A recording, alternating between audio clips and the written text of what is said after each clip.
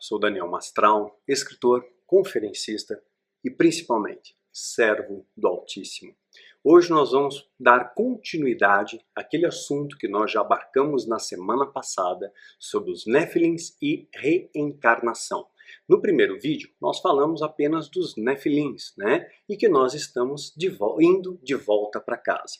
Eu estou gravando tudo isso no mesmo dia, eu estou aqui com o mesmo figurino, para que você, inclusive, tenha a mesma identidade visual. Saber que esse daqui é a parte 2, tá bom? É muito importante a gente assistir os vídeos na sequência para que você entenda a história como um todo, tá bom?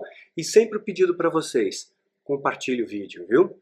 Divulga, comenta, ora pela gente, dobra o joelho, estende a mão a esse ministério, soma com a gente nessa trincheira, queridos, porque aí você vai estar também ajudando a expandir a mensagem do reino, a mensagem da cruz por todo mundo, que o vídeo chega aonde eu não posso chegar. E quanto mais orações eu tiver, quanto mais ofertas eu tiver aqui para suprir as minhas necessidades básicas, eu não preciso de muito para viver não, mas eu preciso do essencial para viver, né?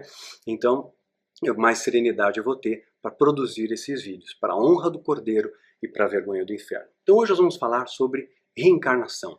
Da onde veio essa história de reencarnação? Isso procede? Isso é verdade? Isso é boato? O que é? Vamos então entender um pouco disso. A gente começar a observar na cultura, dentro do hinduísmo, né, existe essa questão das castas, né? Então nós podemos analisar num primeiro olhar, talvez até precipitadamente, dizer que, puxa vida, isso aí foi um sistema criado pelo homem para poder aprisionar as pessoas. Porque o sistema de castas, se a pessoa nasceu pobre, ele nunca vai lutar para ficar rico. Então o rei nunca vai ter o seu reinado ameaçado, nunca vai ter alguém que vai tentar sobrepujá-lo. Então isso favorece o controle, porque se ele for comportado na vida dele, de operário, né, de pobre, seja lá, de trabalhar no campo, né, se ele for comportado ali, ele nutre a esperança de uma outra vida, ele possa reencarnar sendo rei. Então ele respeita o rei, porque um dia ele poderá ser rei. Então talvez fosse um sistema de controle. No primeiro olhar, a gente poderia pensar nisso. Mas quando a gente olha para o budismo, nós vemos um efeito contrário disso. O budismo nasceu com Siddhartha Gautama, foi o nome do criador do sistema, dessa linha filosófica que é o budismo. E o termo Buda é um termo em sânscrito que quer dizer o iluminado.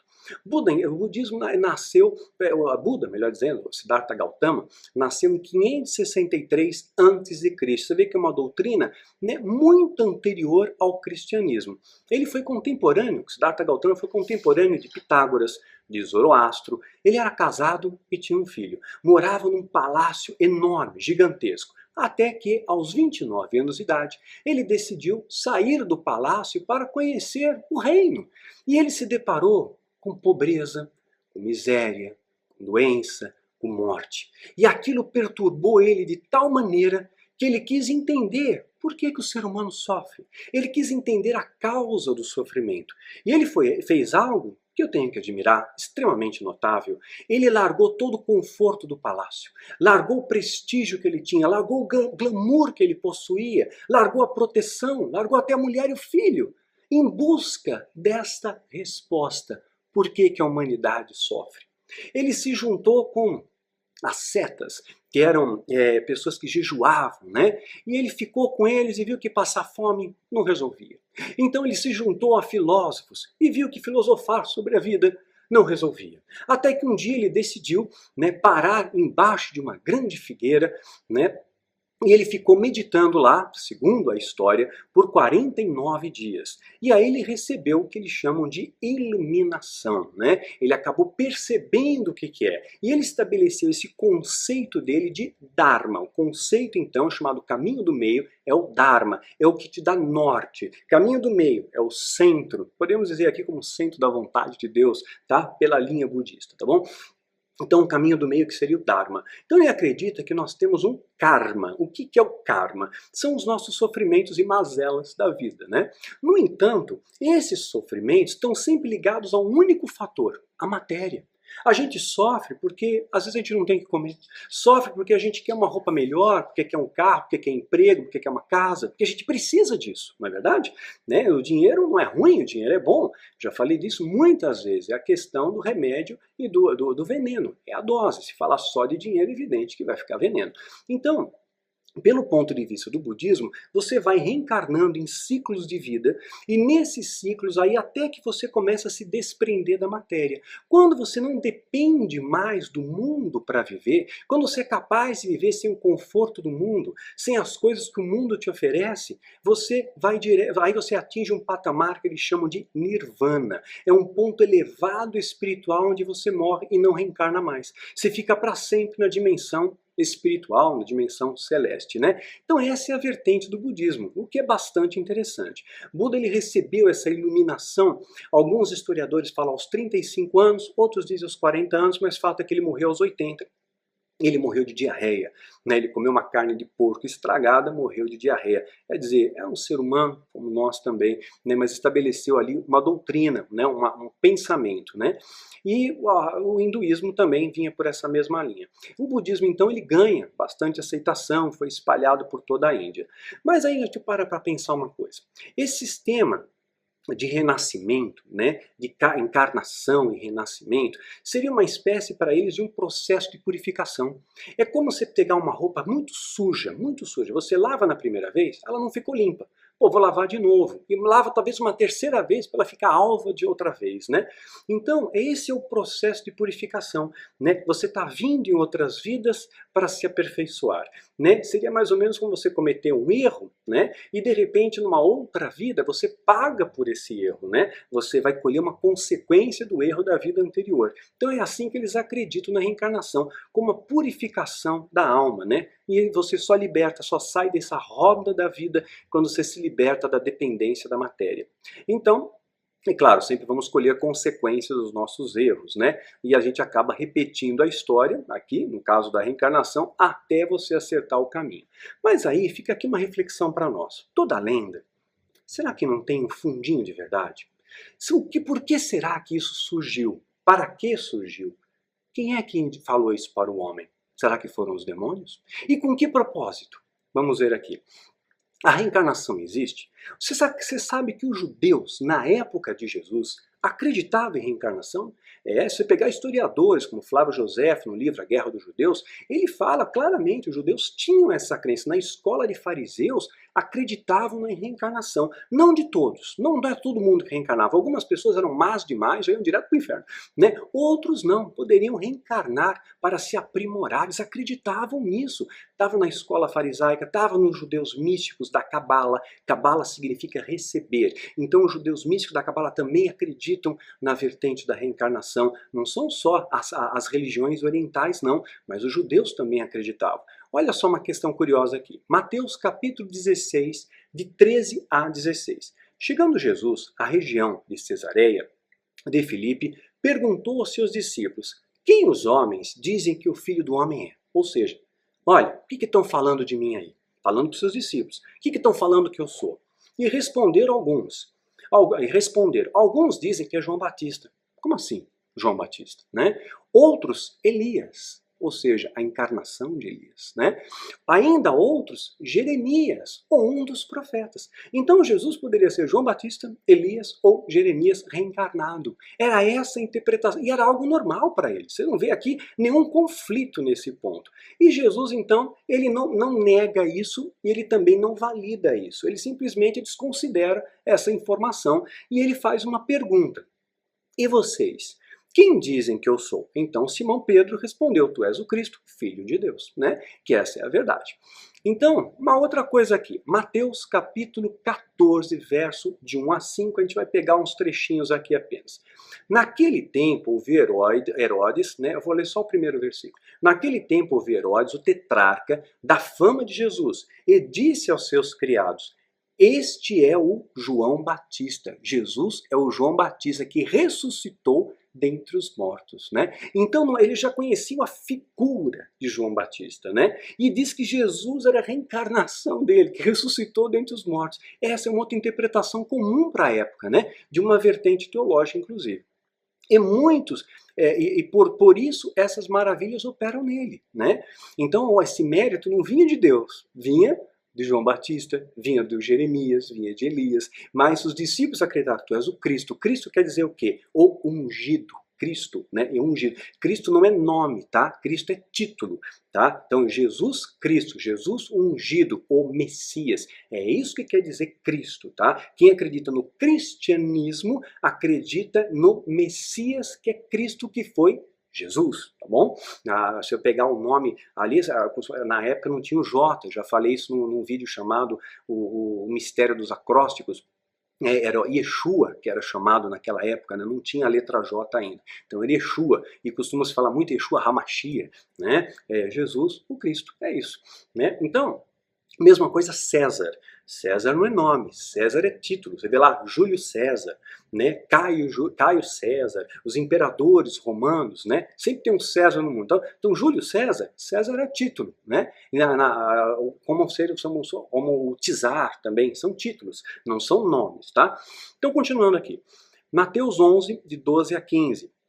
E desde os dias de João, Jesus falando, o Batista até agora se faz violência no reino dos céus. Lembra que a gente falou no vídeo anterior? Guerra, peleja. Ainda tem guerra nos céus. Ainda existe uma tentativa, talvez, de tocarem a árvore da vida. Né? Por isso que tem um guardião lá. Não haveria necessidade de ter um guardião se aquilo não sofresse ameaça. É uma coisa muito lógica, não é? Então eles ainda têm acesso ao céu. E Jesus está dizendo, até agora se faz violência nos céus. Né?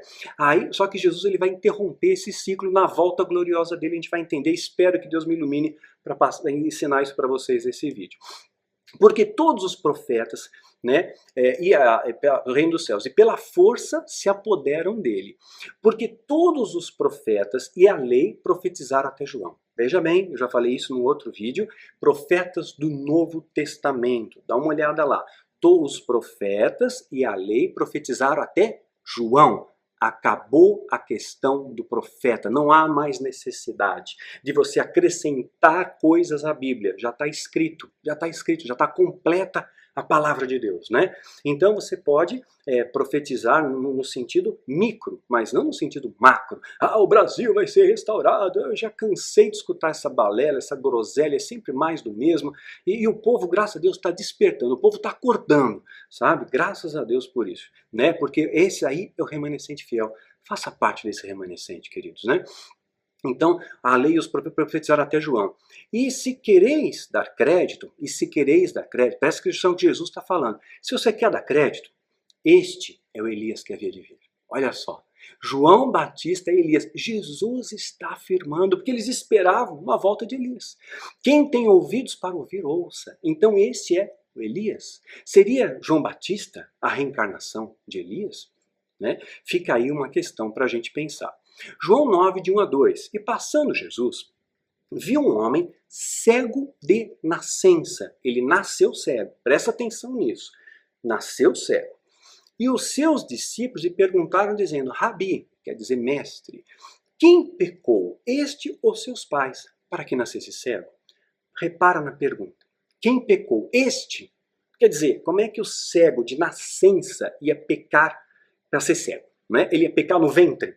Logo, ele pode ter pecado numa vida anterior. Era essa linha de pensamento de Flávio Joséfo, de Eusébio, de muitos teólogos, inclusive. Então eles acreditavam sim na reencarnação. Então esse que nasceu cego, ele pode ter cometido um pecado na vida anterior, porque ele não poderia pecar no ventre, se ele nasceu cego, é óbvio, né? Ou seus pais. Aqui os pais entrariam naquela questão da maldição hereditária, que a gente já falou num vídeo chamado Maldição Hereditária, e, na verdade, nós poderíamos renomenclaturar isso para pecado hereditário. Se você não repetiu o erro dos seus pais, você colhe bênção, não colhe maldição. Ezequiel 18, a partir do verso 18, dá uma lida lá de 18 a 20, 18 a 25, você vai entender bem isso aí. Ezequiel 18, de 18 a 25.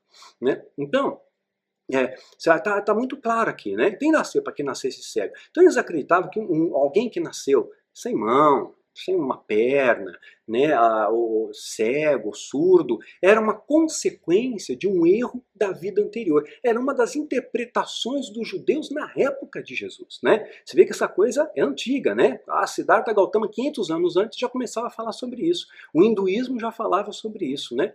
Então nós vamos ver algumas coisas aqui. Apocalipse 11:3 fala de duas testemunhas, né? As duas oliveiras. Existem conjecturas aos olhos dos judeus que seriam Moisés e Elias, ou Enoque e João Batista, né? Eu acredito que é alguém na mesma unção, não a reencarnação, mas muitos judeus acreditam que é a reencarnação clara, é a materialização deles ali novamente, né? Aí dá uma olhada no vídeo chamado Espadas de Fogo. Você vai entender melhor, acho que são 3 partes, você vai entender bem ali.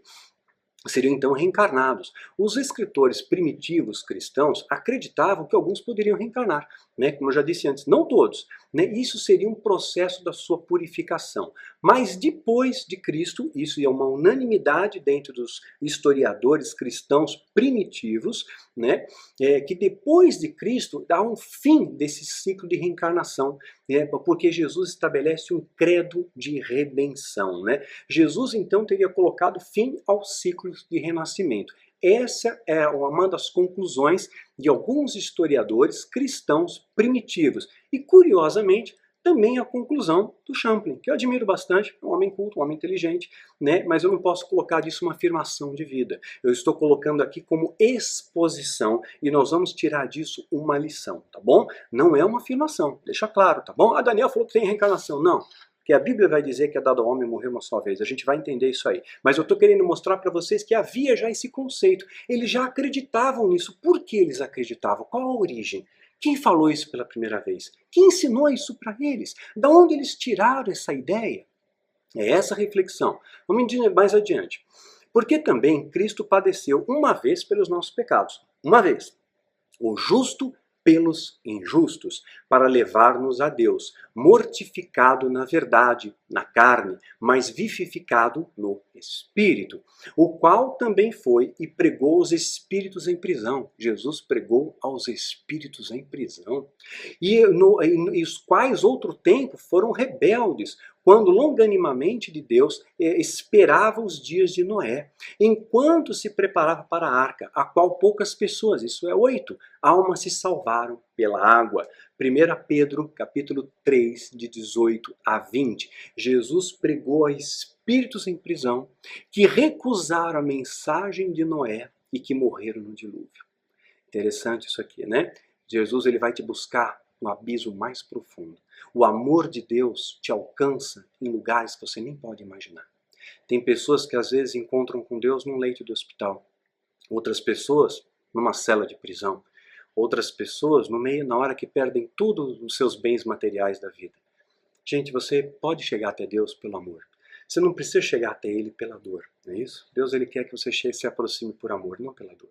Mas Ele vai estar sempre de braços abertos para te receber. Esse amor é algo maravilhoso, extraordinário. A gente vai falar também no outro vídeo sobre isso, sobre oração. Eu quero contar para vocês algumas experiências que Deus me deu a graça, o privilégio de poder contemplar e também a respeito um pouquinho dos anjos do Senhor.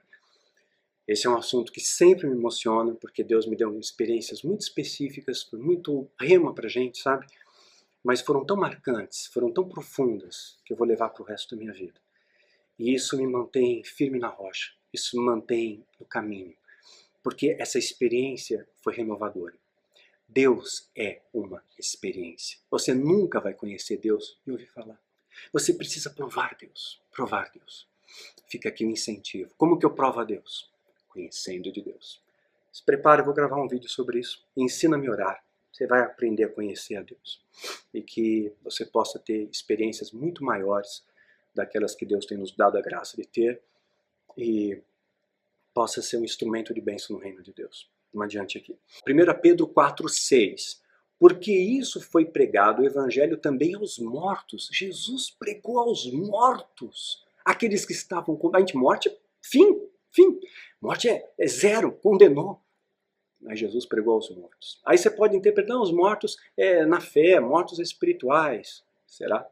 né? Para que na verdade fossem julgados segundo os homens não para que na verdade fossem julgados segundo os homens na carne, mas vivesse segundo Deus em espírito, né? Então Deus ele tem um amor incrível, sobrenatural.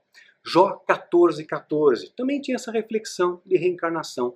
Morrendo o homem, porventura tornará a viver? Olha a reflexão de Jó.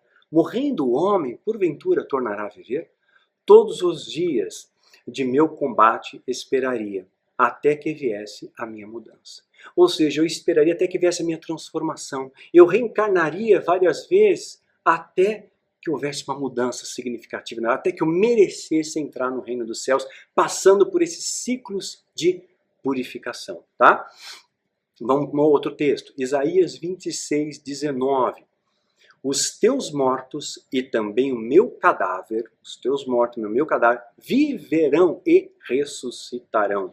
Despertai e exultai, os que habitas no pó, porque o teu orvalho será como orvalho de ervas, e a terra lançará de si os mortos, né? Então não é tipo The Walking Dead, os mortos vão sair dos túmulos, está falando aqui de um outro contexto, tá? Malaquias 3:1. Eis que envio o meu mensageiro, que preparará o caminho diante de mim, né? Vai vir para mim Jesus. Quem é esse mensageiro? É João Batista, né? E de repente virá o seu templo, Senhor, a quem vós buscais, o mensageiro da aliança, a quem vós desejais. Eis que ele vem, diz o Senhor dos Exércitos. Isaías já estava profetizado, né? Isaías já profetizou que João Batista viria. Voz que clama no deserto, que é preparar o caminho para o Senhor. Malaquias 4:5 vai mais específico. Eis que vos enviarei o profeta Elias, antes que venha o grande e terrível dia do Senhor, né? Profeta Elias. Por isso que Jesus ele acaba dizendo, olha, João Batista, esse é o Elias que iria vir. É esse que veio preparar o caminho. É esse que veio preparar antes que venha o dia, né, do juízo do Senhor. Jesus ele veio primeiramente para anunciar o reino. Depois ele vem como justo juiz. E aí o bicho pega na grande tribulação, porque aí é o mover de Deus, não mais o mover do anticristo. O anticristo vai ter liberdade para agir na primeira metade da tribulação, os primeiros 3 anos e meio. O joio tem que ser queimado no nosso meio, vai haver perseguição. Te prepara, porque perseguição vai ter. O Donald Trump fez uma frase curiosa, diz que ele, se receber refugiados, ele vai dar preferência aos cristãos. Não tem tantos cristãos no mundo assim sofrendo perseguição. Tem locais, eu sei que tem, você também sabe. Mas será que não vai haver um tempo que muitos sofrerão perseguições? Estamos esperando aí e é o que vai acontecer. João 1:6-8, vou ler só o comecinho. Houve um homem enviado de Deus, cujo nome era João, e este veio para testemunho, para que testificasse da luz, para que todos crescem nele. Nele quem? Jesus. Ele não era a luz, mas para que testificasse da luz. Então João, né? Então Jesus ele já disse que ele era o Elias a quem esperavam, né? Esse era o João. Então, esse dogma, né, que está nas religiões orientais de reencarnação, eu já falei, já estava também presente na escola dos fariseus, era estudada pelos essênios e pelos judeus místicos da Cabala. Estava presente no pensamento grego, nos egípcios acreditavam também em reencarnação. Muitos faraós interpretavam que eles eram a reencarnação de deuses, né? Então seria uma maneira de explicar o mal, né, por fruto de merecimento e aprendizagem, seria um meio de purificação do espírito, a reencarnação, ficando preso na roda da vida até que você se desprenda dela e se desligue dessas coisas materiais e busque, em primeiro lugar, o reino e não o reino da terra, né? Alcance o nirvana, ou a iluminação. Só que aqui nós temos uns pontos de conflito. Quando a gente fala em reencarnação, a gente tem como pressuposto que você está sendo aprimorado, não é isso? Então a cada encarnação, se isso fosse verdade, você estaria sendo aprimorado, você nasceria melhor, né?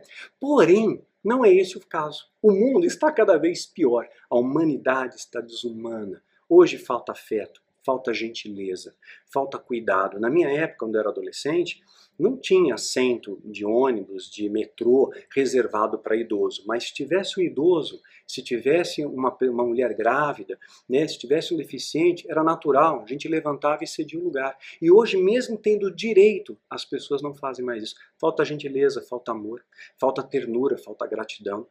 Então o mundo nos dá muitas oportunidades de você ser gentil com o seu próximo, de você fazer diferença na vida de uma pessoa, um olhar diferente, um abraço, uma gentileza, um por favor, um com licença, um muito obrigado. Está faltando. Então a humanidade está piorando, está se deteriorando, né?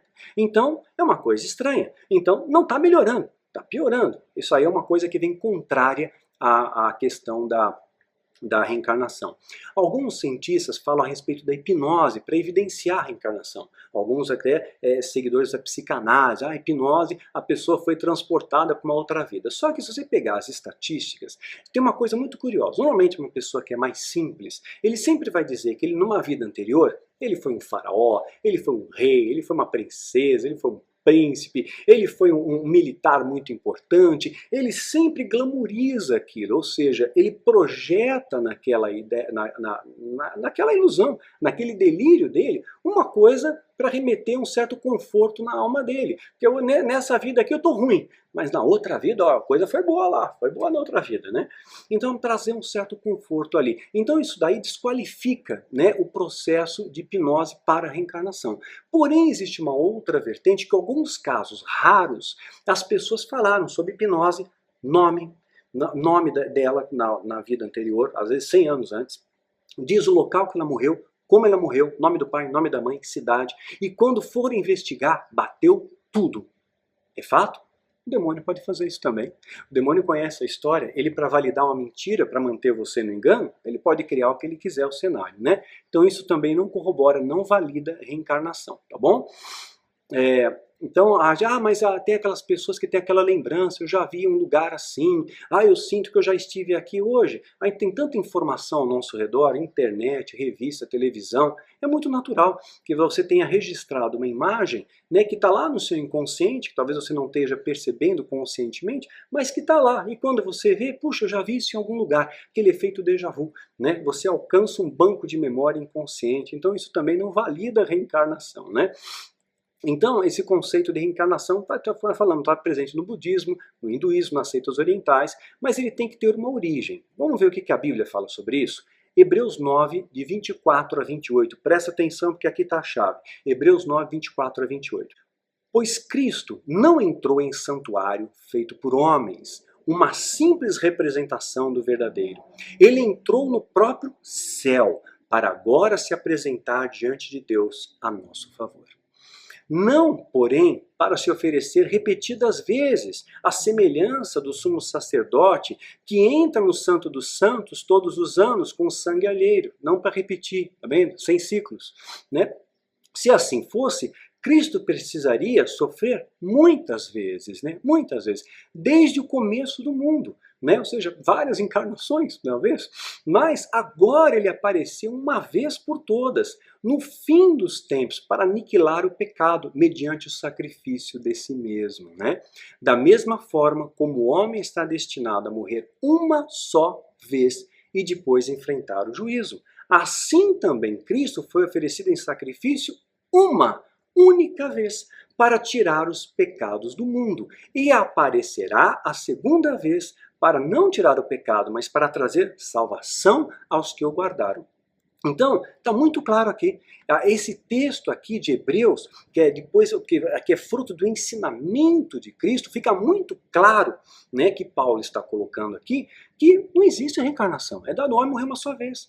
Cristo fez um só sacrifício, não teve repetidas vezes, é uma só vez, é uma bala na agulha que você tem, tá?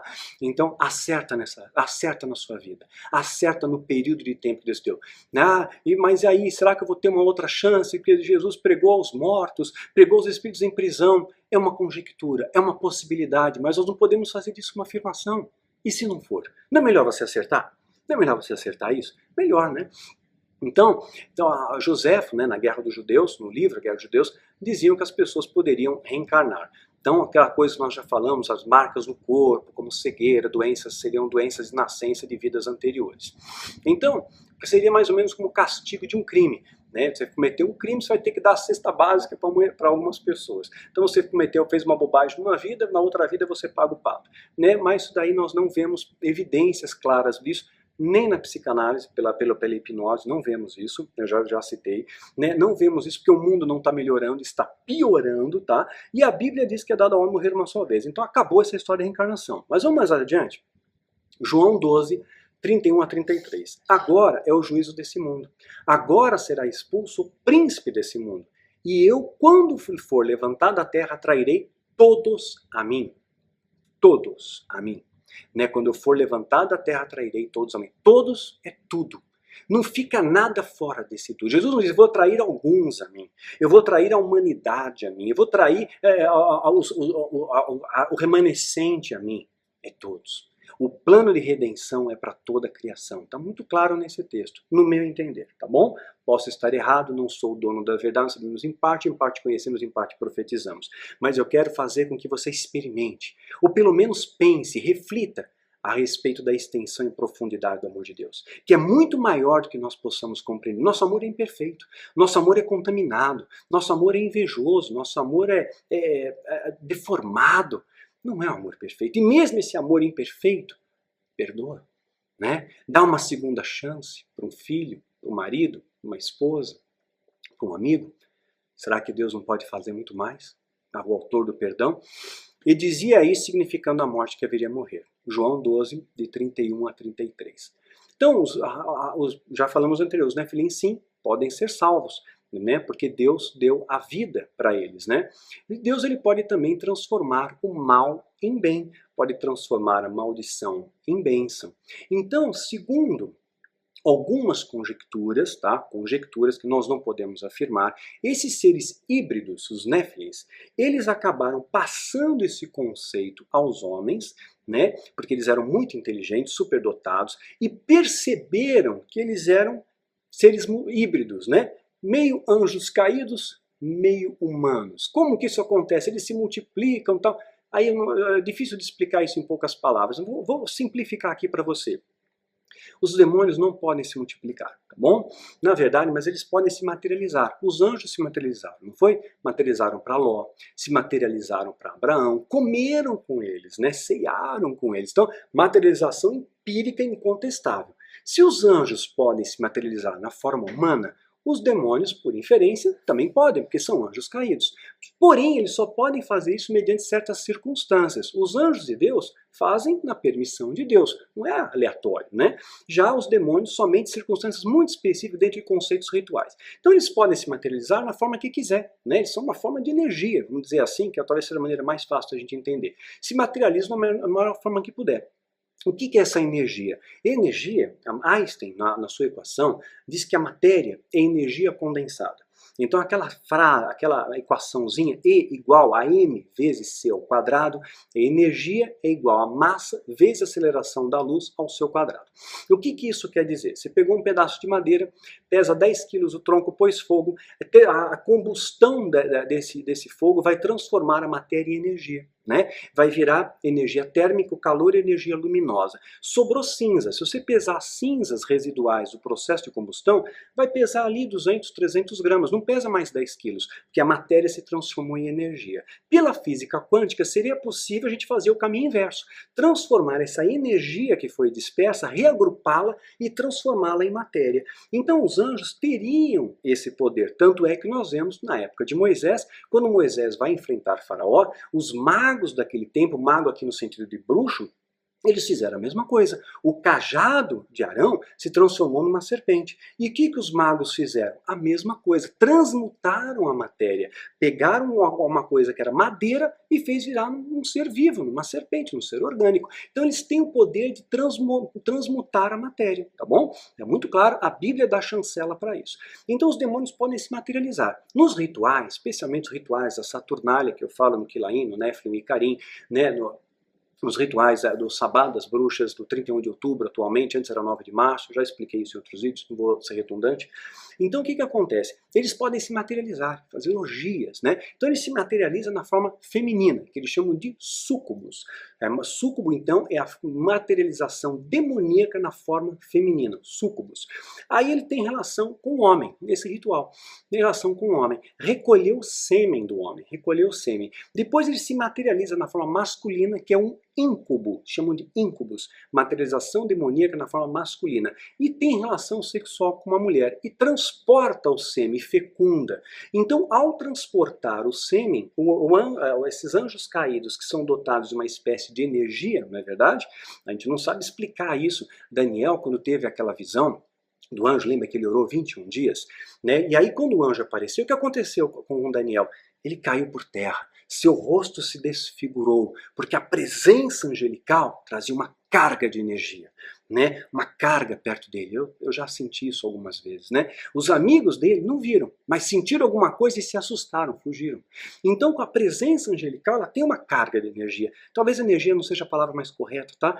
Mas é o que tem de mais paralelo para nós usarmos nessa alegoria, nessa analogia. Então, ele transportou a célula germinativa. E ao ter carregado esse esperma com essa energia, né, aí existe uma mutação genética. Por exemplo, uma mulher que está grávida, ela não pode tirar raio-x. Raio-x é uma forma de energia, vai causar uma deformação no feto, não é isso? Então é um risco. Então nós sabemos que a energia nuclear pode causar alterações na formação humana, pode alterar o nosso DNA, pode alterar a ordem das nossas coisas, né? Então, quando os demônios transportaram a célula germinativa, o que aconteceu? Houve uma alteração de DNA, nasceram os gigantes, os varões de grande renome na antiguidade, né?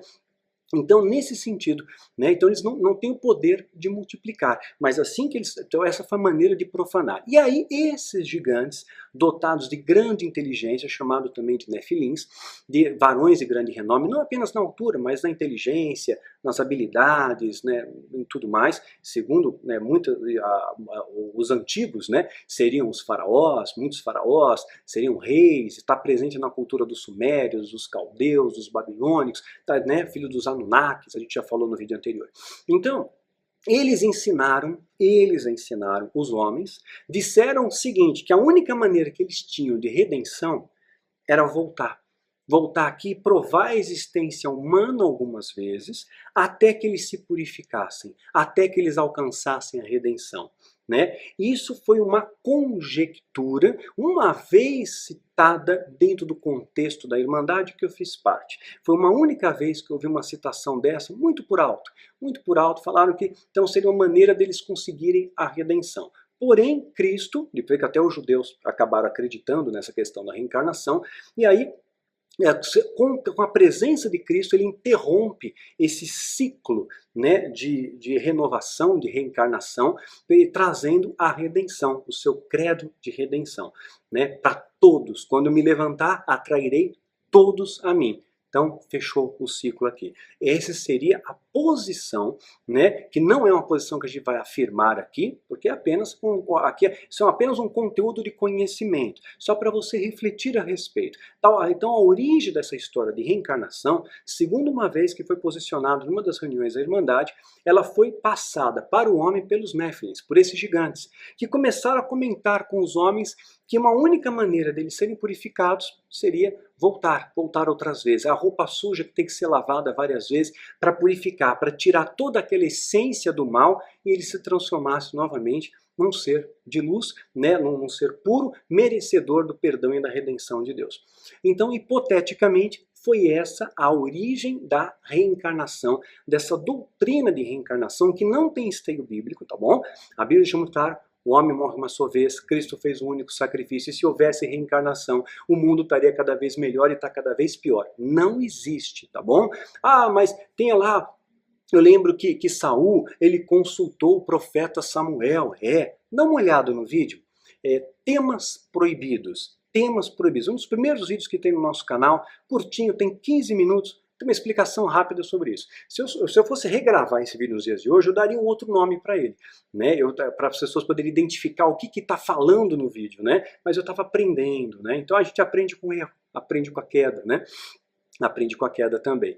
Então uma coisa que fica aqui para você, um dos ensinamentos, e a gente tem que reter tudo, eu gosto de frases de Arthur Schopenhauer, gosto de frases de Pitágoras, gosto de frases de Platão, né, de Einstein, né, do Carl Sagan. Então eu admiro pessoas que pensam, né, e que conseguem produzir frases espetaculares, né, Cecília Meirelles, né, poetas, Pablo Neruda, eu leio de tudo, eu sou bastante eclético quanto a isso. E uma das frases de Buda, uma das frases de Siddhartha Gautama, chama bastante atenção aqui. Ele diz assim: milhares de velas podem ser acesas de uma única vela. Milhares de velas podem ser acesas de uma única vela. E a vida da vela não será encurtada. Felicidade nunca diminui ao ser compartilhada. Jesus disse que eu e você somos luz no mundo, somos sal da terra. E se você é vela, se você é tocha, você pode incendiar outras pessoas com o amor de Deus. Você pode contagiar as pessoas. Isso não vai encurtar a sua vida, isso não te subtrai. Entende? A gente acha, eu tô ajudando, eu tive que dar um dinheiro para aquela pessoa, fiquei com menos. Mas isso te acrescenta. Isso te acrescenta porque nada vai te faltar, porque o Senhor é o teu pastor e nada vai te faltar. E quando você olha ao próximo com compaixão, né, Deus, Ele reconhece isso em você. Né? Não faça por troca, não faça por barganha, faça por amor. E Deus te recompensa segundo as promessas dele e com esteio no amor. Né? Então uma vez eu lembro que Deus falou uma vez para mim, para minha esposa, essa jornada da vida é muito curta. Né? Então aproveita o passeio, observa bem a paisagem, anda devagar. Às vezes a gente corre demais, muitas vezes eu caio nesse erro. Né? Eu faço muitas coisas ao mesmo tempo e às vezes eu também me canso, me fadigo e eu perco a qualidade de algumas coisas. Né? E eu até agradeço o pessoal que está tendo interação com a gente aí pelo Snapchat, abrimos o chat ali. Agradeço por todo o respeito de vocês, pelas palavras de carinho, de incentivo. Eu estou adorando isso, ter esse relacionamento em tempo real com vocês e tenho aberto a minha casa para vocês, a minha família. E para que vocês vejam que o Daniel é gente como todo mundo. Daniel erra, Daniel falha, Daniel se cansa, Daniel fica triste, Daniel cozinha, né? Daniel tenta fazer dieta, Daniel faz academia. Né? Então, você vai ver que o Daniel é uma pessoa comum, né? Mas eu procuro servir a Deus. E se Deus me capacitado, eu tenho conseguido, você também consegue. Eu não sou melhor do que ninguém, queridos, né? Eu faço isso por amor a Ele, faço isso por amor a você, né? Então, em suma, nós estamos voltando para casa. Voltando para casa, Jesus está voltando. Né? Então não fica chantageando a Deus. Às vezes eu vejo pessoas orando, Deus, se o Senhor existe de verdade, o Senhor vai ter que agora me abençoar e fazer isso, isso, isso, isso. Gente, não precisa. E a mesma coisa se alguém dissesse para mim, Daniel, se você é homem mesmo, vai lá e mete um tapa na careca daquele cara. Para quê? Eu preciso provar alguma coisa? Não preciso. Não preciso provar nada para ninguém, eu sei o que eu sou. Então Deus é Deus, Ele é o grande eu sou, não tem que provar nada para ninguém. Ah, me dê um sinal, eu quero ver um anjo, eu quero que se o Senhor existe me cura. Isso é chantagem com Deus. Deus não se deixa escarnecer, tá? Não brinca com Deus. Busca, em primeiro lugar, o reino e o resto lhe será acrescentado. A gente vai falar melhor sobre isso num vídeo sobre oração. Eu quero que você esteja preparado para esse vídeo, que eu tenho certeza vai expandir os seus horizontes e eu vou poder compartilhar algumas coisas com vocês que eu acho que são muito legais também. Então, você não precisa provar nada para ninguém. Eu lembro que uma vez, né, uma alegoria, dois homens estavam disputando num jogo de futebol. É a última coisinha, a gente já vai encerrar o vídeo. Eles estavam num jogo de futebol e falaram, se você é homem mesmo, vai lá, bate na careca daquele cara. Tinha um homem forte, assim, duas fileiras para frente. E ele pegou, foi lá e deu um tapa na careca e falou, Alfredo, quanto tempo que eu não te via, beleza? O cara olhou bravo para ele assim, não sou Alfredo não, meu. Oh, desculpa aí, Alfredo, perdão. Aí, ó, tá vendo? Ganhei a aposta. Ah, duvido que você vai lá e bate de novo. Aí ele pegou, foi lá e pá! Ô, Alfredo, tá aí? Aí ele falou, já falei que eu não sou Alfredo, cara, a próxima vez eu vou te bater. Aí o cara voltou. Aí aquele homem ficou indignado, falou, ficou cansado, tomou 2 tapas na careca, foi do outro lado do campo de futebol. E o cara ainda falou, olha, duvido que você vai lá e bate na careca dele de novo, né? Você não tem coragem, você não é macho pra fazer isso. E o cara foi pra querer provar. Ele deu a volta no campo, foi lá, deu um tapa na careca do cara. E aí, Alfredo, pô, tem um cara do outro lado do campo, igualzinho a você. Aí não apanhou, né? Então, às vezes a gente quer provar alguma coisa, pra quê? Que nem tinha história de um homem que ele ia sempre numa quitanda, ele queria um queijo. O mineiro queria um queijo. E o homem, eu não posso te dar um queijo. Não, mas eu quero um queijo, me dá um queijo. Não, não posso dar um queijo. Aí, tanto que ele insistiu, o dono da quitanda falou o seguinte, Tá vendo aquele homem grandão forte lá? Ele é um homem enorme, mas ele tinha um pescoço pequeno. E todo isso, se chamasse ele de pescocinho, ele ficava bravo, ele batia. Então ele falou, se você tiver a coragem de chamar aquele cara de pescocinho, você vai ganhar um queijo, eu te dou o queijo. Então ele falou, mas falou com o homem certo, eu vou lá, vou falar. Ele chegou lá, e aí compadre, tudo bem? Tudo bem. Como é que tá a sua família? Como é que tá você? Ele, mas eu não te conheço. Como não conhece? Nós já pescamos juntos. Não, não pescamos não. Pescou sim, pescou sim, pescou sim. Falou 3 vezes e olhou pro dono, né? Chamou ele de pescou sim, né? E aí o homem não entendeu, ficou como pescou sim, e aí ficou mal entendido. Então você não precisa provar nada, né, para ninguém. Você tem que provar para Deus, né? Você não tem que pegar, fazer caras, fingir ser cristão, porque eu vejo tanta hipocrisia no nosso meio, né, de pessoas que, eu não jogo jogos de videogame, porque isso é do diabo, né? Já falei isso em outros vídeos. Se um jogo de videogame te prejudica, mudou o seu comportamento, deixou você agressivo, tá dando pesadelo, tá te preocupando, tá tomando seu tempo com a família, em vez de ficar com a família, você fica 10 horas, 5 horas no jogo, né? Então alguma coisa tá errada. Então não joga, essa porcaria tá te viciando, tá te fazendo mal. Agora, se de repente você é capaz de jogar 1 hora, 1 hora e meia ali com o seu filho, né, ou você sozinho, para se distrair, é só um jogo. Aquilo não vai me influenciar. Aí a pessoa legaliza, mas eu não jogo.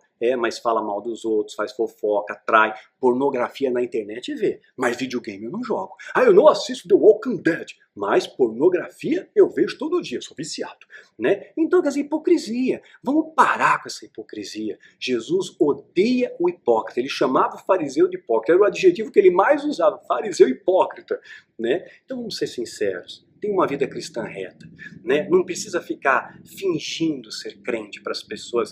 Eu só escuto músicas gospel, eu só escuto coisas assim, só escuto hinos de louvor. Não, nós somos humanos. Eu seleciono as músicas que eu escuto pela letra. Então tem muita letra legal. Tem uma música, por exemplo, tá? Do Ozzy Osbourne. Do Ozzy Osbourne. Chamado, eu sei a tradução correta, no inglês é muito fraco, gente. Quem me acompanha no Snapchat sabe. Mas é alguma coisa, eu sou um sonhador. Que ele fala, a letra é bonita. Né? Então é legal, eu escuto. Né? Porque ele fala que, puxa vida, ele sonha com um mundo melhor, um mundo sem guerra, um mundo sem violência, um mundo onde ele possa ter os filhos livres ali. Algo bom. Tem músicas do Pink Floyd, The Wall, né? Então não seja como um tijolo no muro, né? Não é porque todo mundo está fazendo a coisa errada que você vai fazer também. Para de agredir as crianças, era a época da palmatória, então foi uma música protesto contra essa agressão às crianças nas escolas, né? Com esse regime militar para crianças tão pequenas. Então tem músicas muito legais, Legião Urbana, mas é claro, eu escuto muito adoração também. Marcos Witt, né? Escuto o Hillsongs, gosto bastante, Don Moe, né? O Paul Hubert. No Brasil eu gosto muito do Judson de Oliveira. Então existem louvores que, claro, acrescentem, mas o meu melhor, incomparável ainda, é o Cup of Life, o cálice da vida. Então, seja um cristão genuíno, sabe? Você está no mundo, mas não deixa o mundo te influenciar. Você influencia o mundo. Você influencia. Seja você uma tocha que possa acender outras tochas. Seja você uma vela de Deus que possa acender outras velas. Para a honra dele, para que as pessoas ao seu redor sejam iluminados não apenas com a sua luz, mas elas também possam refletir a luz de Cristo, para a honra do Cordeiro e para a vergonha do inferno. Que Deus te abençoe e te guarde, querido.